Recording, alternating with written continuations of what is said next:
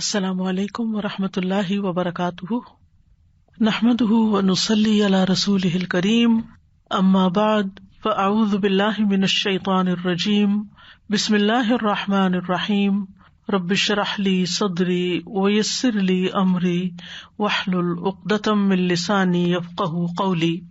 آج ہم انشاءاللہ پروگرام حج بیت اللہ کے سلسلے میں حج کے ارکان اور واجبات کے بارے میں بات کریں گے۔ اس سلسلے میں آج ہم سورۃ البقرہ کی آیت نمبر 196 اور 197 کو دیکھیں گے اور پھر اس کے بعد انشاءاللہ مزید وضاحت ہوگی۔ وَأَتِمُّوا الْحَجَّ وَالْعُمْرَةَ لِلَّهِ فَإِنْ أُحْصِرْتُمْ فَمَا اسْتَيْسَرَ مِنَ الْهَدْيِ وَلَا تَحْلِقُوا رُؤُوسَكُمْ حَتَّى يَبْلُغَ الْهَدْيُ مَحِلَّهُ فَمَنْ كَانَ مِنْكُمْ مَرِيضًا أَوْ بِهِ أَذًى مِنْ رَأْسِهِ فَفِدْيَةٌ مِنْ صِيَامٍ أَوْ صَدَقَةٍ أَوْ نُسُكٍ فَإِذَا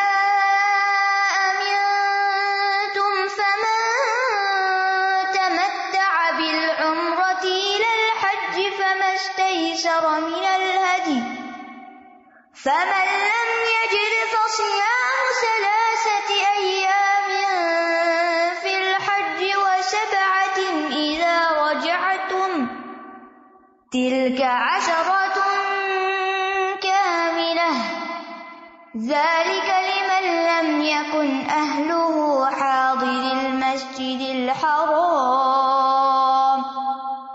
واتقوا الله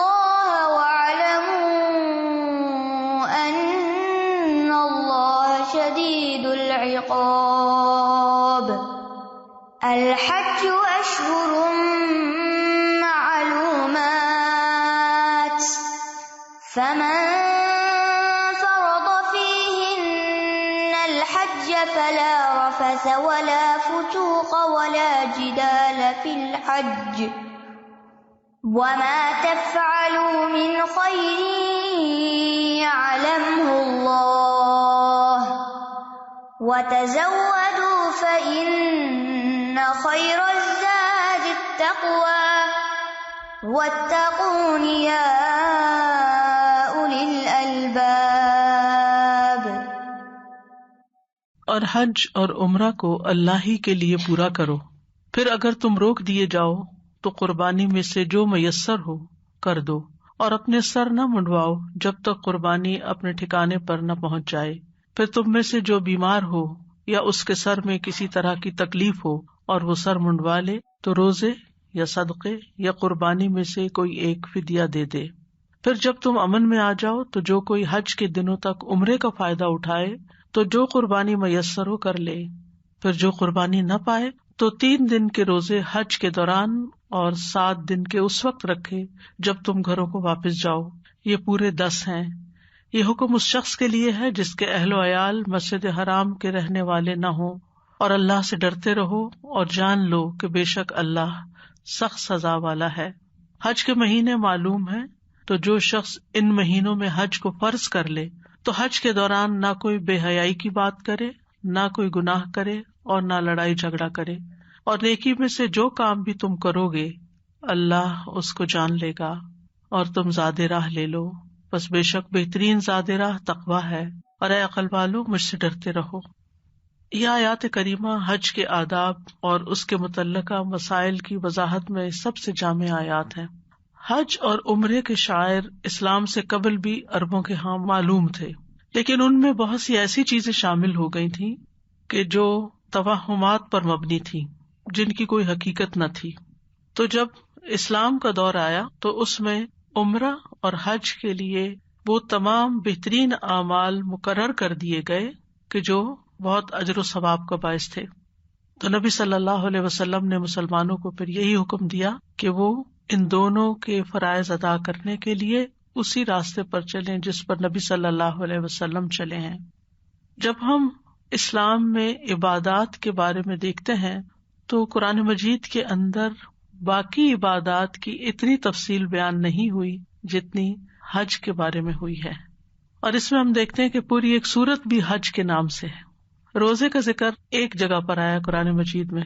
نماز کے بارے میں بہت جگہ پر تاکید آئی ہے، لیکن نماز کیسے ادا کرنی ہے اس کی تفصیلات اتنی ڈیٹیل سے نہیں ملتی ہمیں جس طرح ہمیں حج کے بارے میں ملتی ہیں.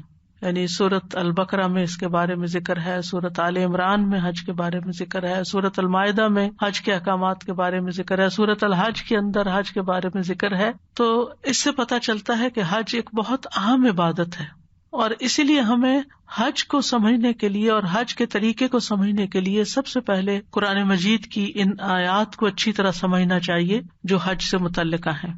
آج کی جو آیات ہیں ان کا آغاز ہوتا ہے وَأَتِمُّ الْحَجَّ وَالْعُمْرَةَ لِلَّهِ.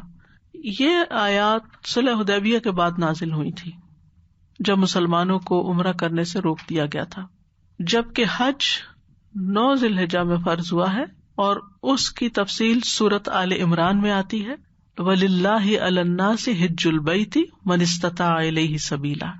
تو یہ سورۃ آل عمران کی آیت جو ہے یہ حج کو فرض کرتی ہے، لیکن یہاں ابھی حج کے دیگر احکامات بتائے گئے ہیں مگر اس کی فرضیت کا ذکر نہیں، کیونکہ حج دور جاہلیت میں بھی ہو رہا تھا اور دور اسلام میں بھی چلا آ رہا تھا، اور آہستہ آہستہ ان کے اندر پائے جانے والے تمام غیر اسلامی افعال اور چیزوں کی نفی کر کے بہترین طریقہ حج کا بتا دیا گیا. تو اس لیے بہت ضروری ہے کہ ہم دیکھیں کہ قرآن مجید میں حج کے بارے میں آیات کیا کہتی ہیں، اور پھر یہ کہ خود نبی صلی اللہ علیہ وسلم نے جب حج کیا تو ان آیات پر کس طرح عمل کیا اور صحابہ کو کس طرح حج کے طریقے سکھائے. اور آپ نے خود بھی فرمایا تھا کہ خذوا عنی مناسککم، مجھ سے اپنے مناسک حج لے لو، یعنی مناسک حج سیکھو، اور جس طرح نبی صلی اللہ علیہ وسلم نے حج کیا اسی طرح باقی لوگوں پر بھی حج کرنا ضروری ہے. جابر کہتے ہیں میں نے نبی صلی اللہ علیہ وسلم کو دیکھا کہ آپ قربانی کے دن یعنی یوم النحر کو اپنی سواری پر جمرہ عقبہ کو کنکریاں مار رہے تھے اور فرما رہے تھے کہ تم مجھ سے حج کے احکام سیکھ لو، کیونکہ میں نہیں جانتا کہ شاید میں اپنے اس حج کے بعد حج نہ کر سکوں. اور ایسا ہی ہوا، اس حج کے تقریباً 2 ماہ بعد نبی صلی اللہ علیہ وسلم کی وفات ہو گئی.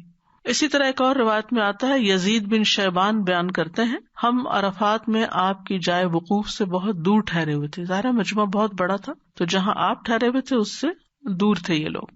تو ہمارے پاس ابن مربا انصاری رضی اللہ عنہ آئے اور فرمایا میں تمہاری طرف رسول اللہ صلی اللہ علیہ وسلم کا قاصد ہوں، یعنی آپ کا پیغام لے کر آیا ہوں تم تک. آپ فرما رہے ہیں کہ اپنی اپنی جگہوں پر ٹھہرے رہو، تم اپنے والد ابراہیم علیہ السلام کی وراثت پر ہو. یعنی یہ سارا میدان ٹھہرنے کا ہے، تم جہاں بھی ٹھہرے ہوئے ہو وہیں ٹھہرے رہو، ضروری نہیں کہ نبی صلی اللہ علیہ وسلم کے قریب آنے کے لیے دھکم پیل کرو.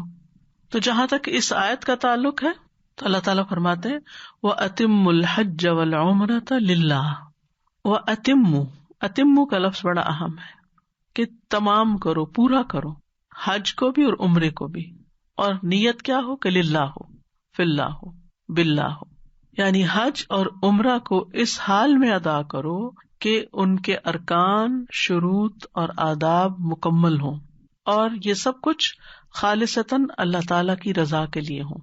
یعنی حج پہ جانے کے بعد تمام ارکان اور واجبات کو پورا کرنا ہوگا، یہ نہیں کہ پھر اپنی مرضی سے اس میں تبدیلی کر لو، ایسا نہیں کر سکتے. سارے کام کرنے ہوں گے تب حج مکمل ہوگا. یعنی حج پہ جاؤ تو حج کے تمام ارکان مکمل کرو، اور ان مناسک اور سنن کو نبی صلی اللہ علیہ وسلم کے طریقے کے مطابق ادا کرو، تبھی وہ اتمام کو پہنچیں گے، تبھی وہ کمپلیٹ ہوں گے. اور اس میں یہ بھی شامل ہے کہ حج اور عمرے کے تمام افعال کو ان کے مقررہ اوقات اور سنت کے مطابق ادا کرنا ضروری ہے. یعنی اوقات کی بھی پابندی کرنی ہوگی کہ کون سا کام کس دن کرنا ہے. یعنی ان میں وہ تمام افعال شامل ہیں جنہیں ایک خاص مدت کے اندر مکمل کرنا ہوگا. یعنی یہ نہیں کہ حج کے جو سارے مہینے ان کے اندر پھیلا دو، جب جو جی چاہے کر لو، ایسا نہیں ہے. اوقات کی بھی پابندی کرنی ہوگی اور کیفیات کی بھی، اور اس میں کسی قسم کی اپنی مرضی سے کوئی کمی نہیں کر سکتے، اور اگر کسی وجہ سے کوئی کمی رہ جائے تو اس پر پھر دم دینا ہوگا. اور اس میں یہ معنی بھی پایا جاتا ہے کہ حج اور عمرے کی جب نیت کر لو، احرام پہن لو، تو اس کے بعد یہ کہ پھر اس کو آخر تک پہنچاؤ، یعنی کہ انسان حج کی نیت سے یا عمرے کی نیت سے یہاں پر جائے، احرام بھی پہن لے، اور جب مکہ پہنچے تو دیکھے کہ بہت رش ہے اور بہت گرمی ہے، اور کہے کہ میرے لیے تو بہت مشکل ہے، میں تو یہ نہیں کر سکتا، اور احرام کھول دے اور ایسے ہی واپس آ جائے. یہ نہیں کر سکتے آپ. ایک دفعہ آپ نے احرام پہن لیا تو بس پہن لیا. اب کیا ہے، تمہیں وہ تمام کام کرنے ہیں جو ایک حاجی اور عمرہ کرنے والے کو کرنے ہوتے ہیں، الا یہ کہ تمہیں روک دیا جائے، تمہارے راستے میں کوئی رکاوٹ پیش آ جائے تو پھر اس کے احکامات الگ ہیں اگر کوئی رکاوٹ ہو جائے. ورنہ حج یا عمرہ چاہے فرض ہو چاہے نفل ہو، دونوں صورتوں میں احرام باندھ لینے کے بعد ان کو مکمل کرنا ضروری ہے. دیگر عبادات میں کچھ نہ کچھ رخصت ہے. مثلاً اگر آپ نے نفلی روزہ رکھا ہوا ہے اور آپ کو کوئی کھانے کی دعوت دے دیتا ہے تو آپ کو کیا کرنا چاہیے؟ کھانا کھا لینا چاہیے. یعنی ضروری نہیں کہ آپ نفلی روزہ مکمل کریں، آپ پھر بعد میں رکھ لیں، کسی اور دن رکھ لیں. لیکن حج چاہے آپ نفلی کر رہے ہیں پھر بھی آپ کو احرام پہننے کے بعد اس کو مکمل کرنا ہے. عبداللہ بن عباس کہتے ہیں رضی اللہ عنہ، جو شخص حج یا عمرے کا احرام باندھ لے تو اس کے لیے جائز نہیں کہ اسے پورا کرنے سے پہلے حلال ہو، یعنی احرام سے نکلے. حج کا پورا کرنا یہ ہے کہ یوم النحر 10 ذی الحجہ کو جمرہ عقبہ کو کنکریاں مارے، طواف زیارہ کرے، تو یوں وہ اپنے احرام سے پوری طرح حلال ہو گیا. اور عمرے کا پورا کرنا یہ ہے کہ وہ بیت اللہ کا طواف اور صفا مروہ کی سعی کر لے تو حلال ہو گیا. اور ایک اور اہم بات جو اس آیت میں آ رہی ہے وہ یہ کہ یہ سارے کے سارے افعال، یہ سارے ریچولز خالصتاً صرف اللہ کی رضا کے لیے ہوں گے. یعنی انسان اپنے گھر کے باہر اسٹیپ آؤٹ کرے تو صرف اللہ کو خوش کرنے کے لیے، اللہ کو راضی کرنے کے لیے، ماں باپ کو راضی کرنے کے لیے، یا دکھاوے کے لیے، یا پھر یعنی کہ تجارت کے لیے، یا کوئی اور کنیکشن بنانے کے لیے، یا سیر و تفریح کے لیے. یہ چیز نہ ہو ذہن میں، بلکہ عبادت کی نیت سے جائے اور صرف اللہ کی رضا کے لیے جائے. بعض اوقات لوگ جاتے ہیں کہ فلاں جا رہا ہے چلو ہم بھی چلتے ہیں، وہ فلاں اسکالر جا رہا ہے یا فلاں سیلیبریٹی جا رہی ہے تو چلے ہم بھی اس کے گروپ میں شریک ہو جاتے ہیں اور ہم انجوائے کریں گے یا موج میلہ کریں گے. یا فلاں میرے دوست چاہ رہے چلو ان کی کمپنی کے لیے میں بھی چلا جاتا. نہیں، حج اور عمرہ صرف اور صرف اللہ کی عبادت کے لیے، اللہ کی رضا کے لیے. اس میں نہ تو کسی تعریف کا منتظر ہونا چاہیے انسان کو، اور نہ کسی کی طرف سے مبارکباد کا، اور نہ کسی گفٹ کا، اور نہ ہی کسی اور فائدے کا. انس بن مالک کہتے ہیں کہ نبی صلی اللہ علیہ وسلم نے حج کیا تو فرمایا، اے اللہ میرے اس حج سے نہ دکھاوا مقصود ہے اور نہ شہرت مطلوب ہے. اللہم حجۃ لا ریاء فیہا ولا سمعہ. سفیان ثوری اس آیت کے بارے میں کہتے ہیں کہ حج اور عمرہ کو مکمل ادا کرنے میں یہ شامل ہے کہ آپ اپنے گھر سے صرف حج یا عمرے کا احرام پہنے اور آپ کا ارادہ حج اور عمرہ کے علاوہ کوئی اور نہ ہو. یعنی وہاں کسی سے ملاقات کرنا، یا وہاں کچھ مکہ میں رشتے دار رہتے ہیں تو چلے ان کو وزٹ کر آتے ہیں، یا کچھ نہیں، وہ سب چیزیں بعد میں ہوتی رہیں گی. پہلی اور اول نیت جو ہے وہ اللہ ہی کی خاطر ہو. اور میقات سے جا کے تلبیہ پکارے، اور آپ کاروبار یا کسی اور ضرورت کے لیے نہ نکلے کہ کاروبار کرنے جاتے ہیں اور حج بھی کر لیں. نہیں، حج کرنے جاتے ہیں اور ساتھ کاروبار کی بھی اجازت ہے. بس حج اور عمرے کی تکمیل یہ ہے کہ آپ صرف حج کے لیے نکلیں، کسی اور مقصد کے لیے نہ نکلیں. عمر بن خطاب کہتے ہیں، وفد بن کر جانے والے بہت ہیں، یعنی حج کے لیے گروپس اور ڈیلیگیشن بہت جاتے ہیں، لیکن حاجی قلیل ہیں. یعنی ان میں سے اپنی نیت کو خالص کرنے والے اور واقعی حج کو بطور حج کرنے والے تھوڑے ہیں. پھر اسی طرح ضحاک کہتے ہیں، حج کو مکمل کرنا یہ ہے کہ خرچہ حلال رزق پر مبنی ہو اور اللہ نے اس کو جن چیزوں سے روکا ہے اس سے وہ منع ہو جائے. اصل میں یہاں پر جو پہلے بھی میں نے عرض کیا کہ دور جاہلیت میں بھی حج ہوتا تھا، لیکن اس میں بہت سی خود ساختہ چیزیں اس میں شامل کر لی تھی یا اس کے مقاصد کو بدل دیا تھا. یہاں پر اللہ سبحانہ وتعالیٰ نے یعنی سورۃ البقرہ میں جو حج کے احکامات نازل ہوتے ہیں، سمجھے کہ اس میں سے یہ پہلی آیت ہے جو قرآن مجید کی جو حج اور عمرے کے بارے میں آ رہی ہے ترتیب کے اعتبار سے. تو یہاں پر اللہ تعالیٰ نے اس کو مکمل کرنے کا حکم کیوں دیا اور للہ کیوں کہا؟ کیونکہ عرب لوگ اپنے حج کے اجتماع میں شعر و شاعری کی مجلسیں قائم کرتے، باہم تفاخر کرتے، اپنی بڑائیوں کا ذکر کرتے، اپنے باپ دادا کے کارنامے بتاتے، قصے گوئیاں کرتے، اور دیگر بہت سی ضروریات کو پورا کرنے کے لیے اپنی منڈیاں جماتے، اور اس مقصد کے لیے وہ حج کرتے تھے. یعنی یہ سارے کام کرنے کے لیے حج کا بہانہ بناتے تھے یا حج کو ذریعہ بناتے تھے. تو اس لیے اللہ تعالیٰ نے مسلمانوں کو حکم دیا کہ وہ اپنی عبادات کو ان ساری نیتوں سے پاک کریں، اپنے حج کو برے اقوال اور افعال اور لڑائی جھگڑے اور اس طرح کی تمام چیزوں سے پاک رکھیں.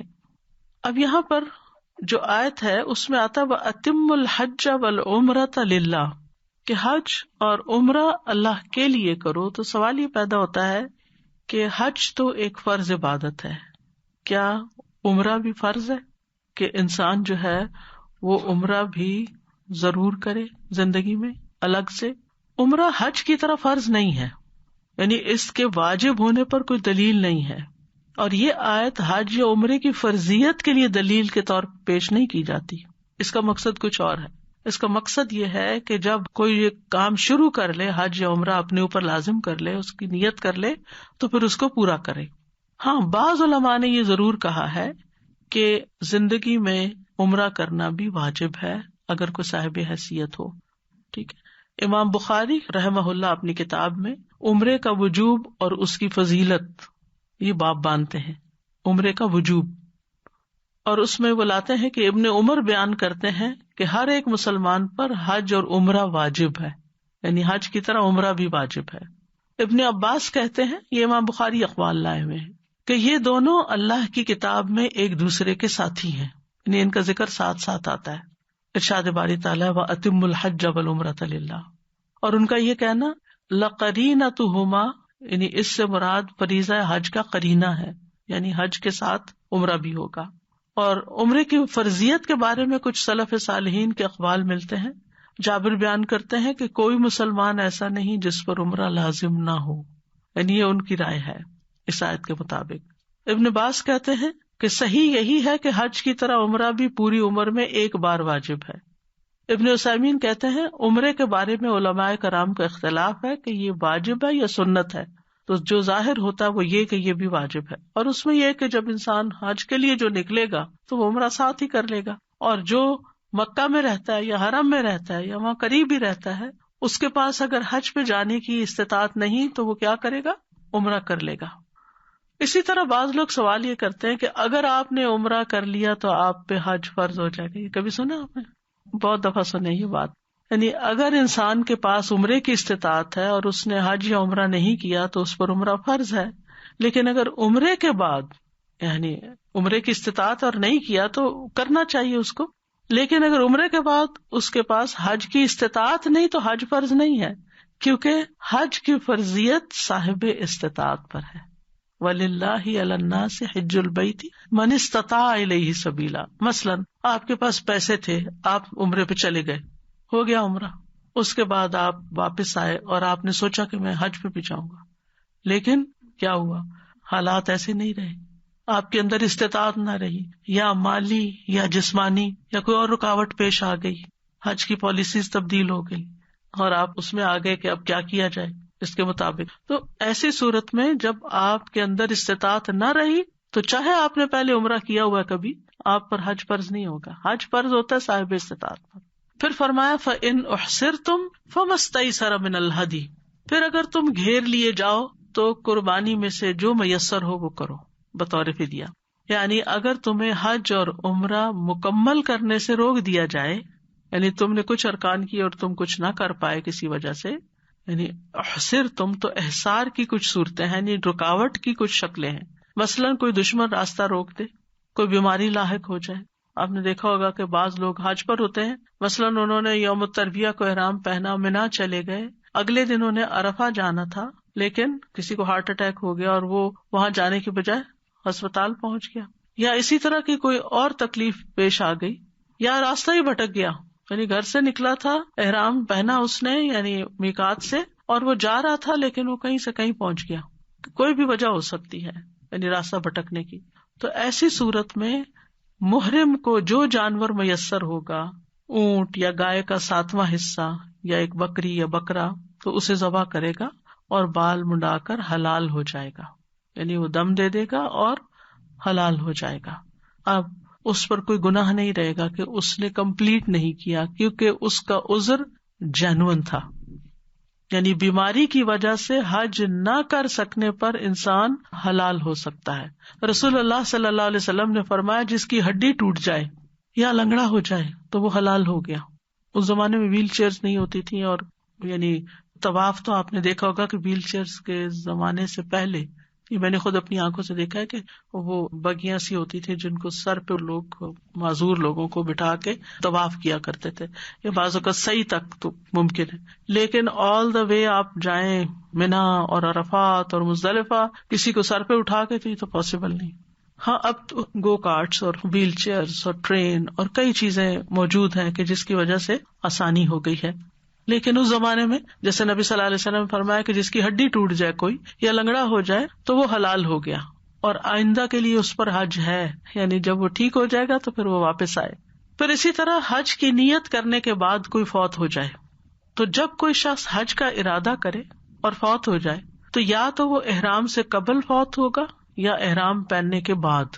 دو صورتیں ہو جاتی ہیں. ٹھیک ہے، اگر احرام پہننے سے پہلے ہی موت آ گئی تو اللہ تعالیٰ اسے اس کی نیت کے مطابق اجر و ثواب سے نوازے گا، لیکن اس کی طرف سے حج بدل کرنا ہوگا، کیونکہ اس پر حج فرض تھا، صاحب استطاعت تھا، جانے کا اس کا ارادہ تھا، لیکن ابھی حج فلائٹ شروع نہیں ہوئی کہ وہ فوت ہو گیا. یعنی سارے ڈاکیومنٹیشن وغیرہ سب کچھ ہو چکی تھی یا ابھی نہیں بھی ہوئی تھی، مگر اس کا اس سال جانے کا پورا ارادہ تھا، جس سے پتہ چلتا ہے کہ وہ نیت بھی رکھتا تھا اور اس کے پاس استطاعت بھی تھی. اب اس کی جگہ کوئی اور حج کر لے اسی نان نفقے سے، یا پھر اس سال یا پھر اگلے سال یا جب بھی، یعنی اس کے اوپر حج رہ جائے گا. ہاں اگر اس نے احرام پہن لیا اور وہ مکہ پہنچ گیا اور احرام کی حالت میں ہی فوت ہو گیا، منا جاتے ہوئے، عرفات جاتے ہوئے، کئی آپ نے دیکھا ہوگا کہ اس وقت کیجولٹیز ہو رہی ہوتی ہیں، تو وہ قیامت کے دن تلبیہ پکارتا ہوا اٹھے گا. اس بنا پر اس کی طرف سے حج نہیں کیا جائے گا، کیونکہ وہ آلریڈی اپنا شروع کر چکا تھا اور راستے میں موت آ گئی، تو وہ قیامت تک ایک طرح سے حج ہی کی حالت میں ہے. تو ایسی صورت میں جو کوئی روک لیا جائے فَمَسْتَيْسَرَ مِنَ الْهَدْيِ، تو جو میسر آئے قربانی میں سے، یعنی جو آسانی سے مل جائے، یعنی قربانی کا وہ جانور جو بغیر مشقت اور تھکاوٹ کے حاصل ہو وہ قربان کر سکتا ہے. کیونکہ آپ دیکھیے کہ عام جو ذبیحہ ہوتا ہے اس کی شرائط ہوتی ہیں، لیکن اس قربانی کی ویسی شرائط نہیں ہے. تو من الہدی، ہدی میں سے جو میسر ہو، اور ہدی وہ ہوتی ہے جس میں بکری کا یا بکرے کا 2 دانتا ہونا ضروری ہوتا ہے، کیونکہ نبی صلی اللہ علیہ وسلم نے فرمایا وہی جانور ذبح کیا کرو جو سال بھر کا ہو، البتہ اگر مشکل ہو تو بھیڑ کا 6 ماہ کا بچہ بھی ذبح کر سکتے ہو. فمستئی سرا میں پھر آسانی ہو جائے گی. اس ممانعت میں ہر وہ جانور شامل ہے جو اللہ عز و جل کے قرب کے لیے ذبح کیا جائے، جیسے صدقے کا بکرا دیتے ہیں، یا پھر حج اور عمرے میں کی جانے والی قربانی ہوتی ہے، یا عید الاضحیٰ میں یا عقیقے کے لیے، اس میں یہ چیز شامل ہو جائے گی. نبی صلی اللہ علیہ وسلم نے حدیبیہ کے موقع پر جب اپنا احرام کھولا تھا تو پھر کیا کیا تھا؟ قربانی کر دی تھی. مسور بن مخرمہ اور مروان رضی اللہ عنہما کہتے ہیں کہ رسول اللہ صلی اللہ علیہ وسلم حدیبیہ کے موقع پر عمرہ کرنے کے لیے نکلے. راستے میں بدیل سے ملاقات ہوئی. اس نے کہا قریش آپ سے لڑیں گے اور آپ کو بیت اللہ سے روکیں گے. رسول اللہ صلی اللہ علیہ وسلم نے فرمایا کہ ہم لڑنے کے لیے نہیں آئے، ہم عمرہ ادا کرنے آئے ہیں. لیکن پھر کفار نے آپ کو کعبہ نہیں جانے دیا. تو رسول اللہ صلی اللہ علیہ وسلم نے اپنے اصحاب سے فرمایا اٹھو اور قربانی کرو، پھر سر منڈوا لو. پھر رسول اللہ صلی اللہ علیہ وسلم نے اپنی قربانی کو نحر کیا. پھر آپ نے حجام کو بلایا اور اس نے آپ کے سر کو مونڈ دیا. اور اس میں حضرت ام سلمہ کی وہ روایت موجود ہے کہ نبی صلی اللہ علیہ وسلم نے حکم دیا لیکن کوئی اٹھا نہیں غم کے مارے، تو نبی صلی اللہ علیہ وسلم غمگین ہوئے اور حضرت ام سلمہ سے شکایت کی. تو انہوں نے کہا کہ آپ خود نکلیں باہر اور قربانی کر دیں اور کسی کو کچھ نہ کہیں، صرف اپنے عمل سے ہی ثابت کریں کہ اب کیا کرنا ہے. تو جو ہی نبی صلی اللہ علیہ وسلم نے قربانی کی اور سر منڈوایا، صحابہ نے اپنی اپنی قربانیاں کر لی. عبداللہ بن عمر کہتے ہیں یہ فتنہ ابن الزبیر کے زمانے میں عمرے کی نیت سے مکہ روانہ ہوئے تھے. کہنے لگے اگر مجھے بیت اللہ کا طواف کرنے سے روکا گیا تو میں وہی کچھ کروں گا جو ہم نے رسول اللہ صلی اللہ علیہ وسلم کے ہمراہ کیا تھا. چنانچہ انہوں نے اس بنا پر احرام باندھ لیا جیسا رسول اللہ صلی اللہ علیہ وسلم نے حدیبیہ کے سال باندھا تھا. پھر فرمایا وَلَا تَحْلِقُوا رُؤُوسَكُمْ حَتَّى يَبْلُغَ الْهَدْيُ مَحِلَّهُ، اپنے سر نہ منڈواؤ یہاں تک کہ قربانی اپنی حلال گاہ کو پہنچ جائے. تحلیق حلق کہتے ہیں اس طرح کے ساتھ سر کو بالکل مونڈ دینا، یعنی بالکل شیو کر دینا. قصر ہوتا ہے بال کترانا، یعنی بال کو منڈوا کر یا کسی بھی طریقے سے زائل کرنا احرام کے ممنوعات میں شامل ہے، چاہے سر کے بال ہوں یا بدن کے کسی حصے کے. جب انسان احرام پہن لیتا ہے تو اپنے بال زائل نہیں کر سکتا، نہ انڈر آرمز، نہ انڈر لیگز، نہ کسی قسم کی کوئی ویکسنگ یا کوئی اور کچھ بھی، کوئی بال جسم سے الگ نہیں کر سکتے. ناخن تراشنے کا حکم بھی اسی میں ہی آتا ہے کہ احرام کی حالت میں جہاں بال منڈوانا منع ہے وہاں ناخن کتروانا یا کاٹنا بھی منع ہے. اور یہ کب تک منع ہے؟ جب تک قربانی نہ ہو جائے، یعنی قربانی اپنی جگہ نہ پہنچ جائے.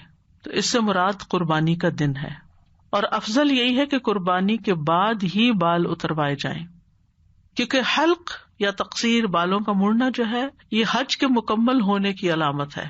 ٹھیک ہے، تو یعنی جب کوئی بال کاٹ لیتا ہے یا سر منڈوا لیتا ہے تو پتہ چلتا ہے کہ اس کا حج پورا ہو گیا ہے. جیسے سلام پھیرنا نماز کے مکمل ہونے کی علامت ہے. ٹھیک ہے، اور مردوں کے لیے بالوں کو منڈوانا جو ہے وہ کتروانے سے زیادہ افضل ہے. اس کے لیے نبی صلی اللہ علیہ وسلم نے 2 دفعہ رحمت کی دعا کی ایسے لوگوں کے لیے. پھر فرمایا حتی یبلغ الہدی محلہ. تو یہ جو محلہ کا لفظ ہے یہ اسم ظرف زمان کے معنی میں بھی آیا ہے، یعنی ایک تو یہ نا کہ اپنی جگہ، مکان، اور ایک زمان بھی، یعنی یہاں تک کہ وہ دن آ جائے جس میں جانور کو حلال کیا جانا ہے. اور وہ کون سا دن ہوتا ہے؟ یوم النحر کا ہوتا ہے. سنت سے یہ بھی ثابت ہے کہ اگر قربانی سے پہلے سر منڈوا لیا جائے کسی وجہ سے تو اس میں کوئی حرج نہیں. ٹھیک ہے، اور دوسرا معنی یہ ہے کہ قربانی ذبح ہونے تک بال نہ منڈوائے جائیں. حج قران کرنے والا جو ہے وہ قربانی سے پہلے حلال نہیں ہوتا کیونکہ وہ اپنی ہدی ساتھ لایا ہوتا ہے. حج کی 3 قسمیں ہیں نا، ایک ہے افراد جس میں خالی حج کیا جاتا ہے، ایک ہے تمتع جس میں حج کے مہینوں میں عمرے کا احرام باندھ کر پہلے عمرہ کیا جاتا ہے اور پھر حج کے دنوں میں حج کیا جاتا ہے، اور بیچ میں تمتع یعنی فائدہ اٹھایا جاتا ہے حلال ہو کر. اور قران کیا ہے کہ حاجی اپنے ساتھ ہی قربانی لے کے چلتا ہے اور ایک ہی احرام میں عمرہ اور حج کرتا ہے، اور وہ احرام صرف اس وقت کھولتا ہے جب اس کے سارے مناسک پورے ہو جاتے ہیں، یعنی قربانی بھی ہو جاتی ہے. اس سے پہلے وہ نہیں کھول سکتا. نبی صلی اللہ علیہ وسلم کی زوجہ محترمہ حضرت حفصہ کہتی ہیں، اے اللہ کے رسول، کیا وجہ ہے کہ لوگوں نے تو عمرہ کر کے احرام کھول دیا ہے لیکن آپ نے عمرہ مکمل کرنے کے باوجود احرام نہیں کھولا؟ آپ نے فرمایا، میں نے اپنے بال جما لیے تھے اور قربانی کے گلے میں قلادہ پہنا دیا تھا، اس لیے جب تک میں قربانی نہ کر لوں احرام نہیں کھول سکتا، کیونکہ آپ نے حج قران کیا تھا. حضرت انس کہتے ہیں، رسول اللہ صلی اللہ علیہ وسلم منا تشریف لائے، پھر جمرہ عقبہ کے پاس آئے اور اسے کنکریاں ماری، پھر منا میں اپنے پڑاؤ پر آئے اور قربانی کی، پھر بال مڑنے والے سے فرمایا کہ پکڑو، اور آپ نے اپنے سر کی دائیں جانب اشارہ کیا، پھر بائیں کی طرف، یعنی پھر آپ اپنے بال مبارک لوگوں کو دینے لگے، یعنی منہ مبارک لوگوں میں تقسیم ہوا. تو قربانی کے بعد بال منڈوانا افضل ہے، اگرچہ ضرورتاً یا مجبوری میں کوئی قران کے علاوہ تمتع کرنے والا پہلے بھی بال منڈوا لیتا ہے تو کوئی حرج نہیں، کیونکہ رش اتنا ہوتا ہے کہ اگر سارے لوگ قربانی کا انتظار کریں اور پھر سارے لوگ بال کٹوانا شروع کریں تو پھر دونوں چیزیں مشکل ہو جائیں گی. اور اس سلسلے میں حدیث میں ہمیں سہولت پتہ چلتی ہے. عبداللہ ابن عمرو ابن العاص کہتے ہیں کہ رسول اللہ صلی اللہ علیہ وسلم حجۃ الوداع میں منا میں لوگوں کے لیے ٹھہرے تاکہ لوگ آپ سے مسائل پوچھ سکیں. تو ایک شخص آیا اور اس نے کہا، مجھے خیال نہیں رہا، میں نے ذبح کرنے سے پہلے سر منڈا لیا ہے. تو آپ نے فرمایا، کوئی حرج نہیں، اب ذبح کر لو. پھر دوسرا آدمی آیا، اس نے کہا، لا علمی سے میں نے کنکریاں مارنے سے پہلے قربانی کر لی ہے. آپ نے فرمایا، کوئی حرج نہیں، اب رمی کر لو. پس نبی صلی اللہ علیہ وسلم سے جس بھی چیز کا سوال ہوا جو کسی نے آگے پیچھے کر لی تھی تو آپ نے یہی فرمایا کہ کوئی حرج نہیں، اب کر لو. ابن عباس کہتے ہیں کہ نبی صلی اللہ علیہ وسلم سے قربانی کرنے، سر منڈانے، رمی جمار کرنے اور ان سے آگے پیچھے کرنے کے بارے میں دریافت کیا تو آپ نے فرمایا، لا حرج، کوئی حرج نہیں، یعنی سہولت دی گئی ہے، اگرچہ افضل یہی ہے کہ ترتیب ہو. فمن کان منکم مریضا او به اذى من رأسه ففدیۃ من صیام او صدقۃ او نسک. تو تم میں سے جو کوئی بیمار ہو یا اس کے سر میں کوئی تکلیف ہو، یہاں اذى ہے مرض کے علاوہ، تو ایسی صورت میں فدیہ دو، صیام کا، صدقہ کا، قربانی کا. یہاں مطلقاً بیان ہوا ہے، حدیث سے مزید وضاحت پتہ چلتی ہے. اور یہاں کفارہ نہیں کہا گیا بلکہ فدیہ کہا گیا. کفارہ ہوتا ہے کسی گناہ یا غلطی کا نتیجہ، اور فدیہ ہوتا ہے کسی کمی کے عوض. یعنی یہاں پر ایک عذر کی بنا پر اپنا عمرہ یا حج مکمل نہیں کر سکے تو اس لیے یہاں اس کو فدیہ کہا گیا. یعنی اس کے سارے مناسک پورے نہیں کر سکتے. احرام میں جیسے بال نہیں کٹوا سکتے تو ان کو کٹوانے پڑے، تو پھر اس صورت میں اس کو فدیہ کہا گیا. یعنی انسان خود تندرست ہے لیکن سر میں کوئی تکلیف ہو گئی ہے تو ایسی صورت میں پھر جیسے جوئیں وغیرہ پڑ جاتی ہیں یا اور کوئی ایسی مشکل آ گئی ہے تو پھر اس کے لیے سر منڈوانا جائز ہے. تو فدیے کے طور پر 3 روزے رکھے گا. اب قرآن میں 3 کا ذکر نہیں، یہ حدیث ہمیں بتاتی. اس سے بھی پتہ چلتا ہے کہ قرآن کو بھی سمجھنے کے لیے یا قرآن کے احکامات پر عمل کرنے کے لیے حدیث کی وضاحت ضروری ہے. یا 6 مسکینوں کو کھانا کھلانا، یہ بھی عدد حدیث سے پتہ چلتا ہے. یا جانور ذبح کرنا جو قربانی کے لیے جائز ہو، یہ واجب ہے. تو ان میں سے جو کام وہ کر سکتا ہے وہ کرے، یعنی اختیار ہے. چاہے روزے رکھے، چاہے کھانا کھلائے، چاہے قربانی کرے، جو بھی کر سکے. ہاں، قربانی کرنا سب سے افضل ہے، اس کے بعد کھانا کھلانا اور اس کے بعد روزے رکھنا.